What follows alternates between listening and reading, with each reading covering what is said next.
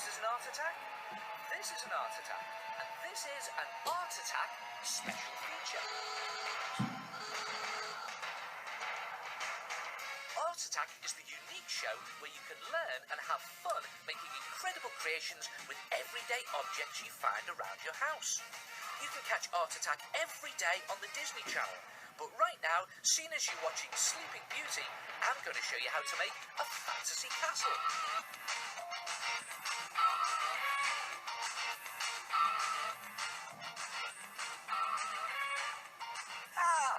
Hello there.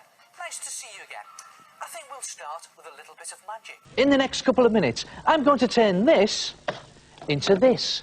Look at that. A fantasy castle. Come on, have a look at this.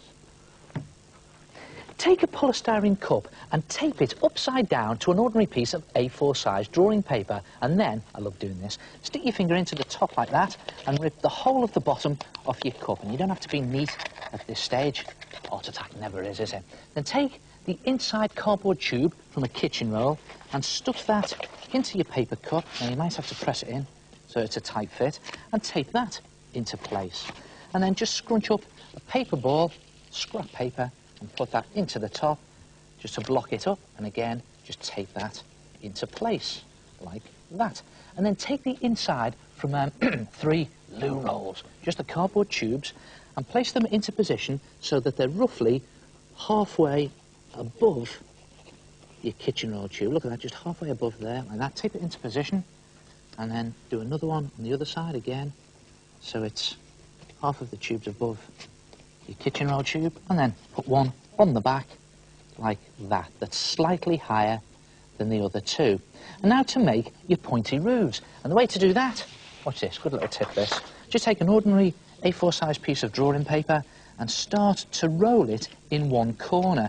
And as you're rolling, just turn to the right like that and roll your paper over, and it starts to roll itself into a paper cone. And then when you've got it into position, just tape it. Again, you don't have to be neat.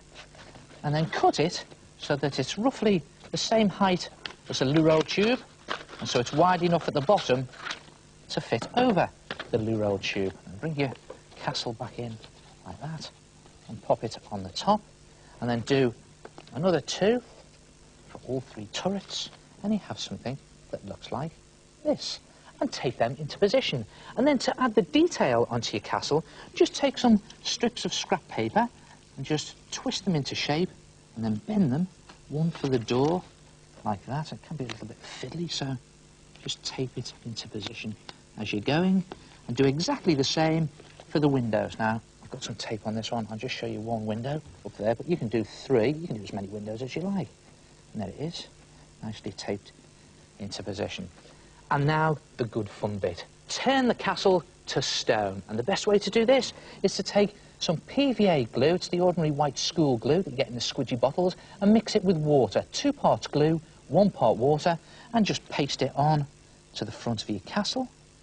And stick on some strips of either loo roll or ordinary tissue paper. And just stick it on where you've pasted, and then paste again on top. And I love doing this. It's a great technique, this. It just finishes your work off, and just stuff it in so all those cracks and creases, and you can even go down onto the base, the paper base, and that will later on strengthen up the base of your castle. Again, just pasting it on to all those nooks and crannies. And the idea is to cover the whole of your castle, all the windows, all the detail, in 2 or 3 layers of tissue paper or loo roll and PVA glue. And if you leave it to dry overnight, when it's dry, you'll have something that looks like that. Look at that. There's your castle. It's gone rock hard, and you've got this fantastic sort of stone effect.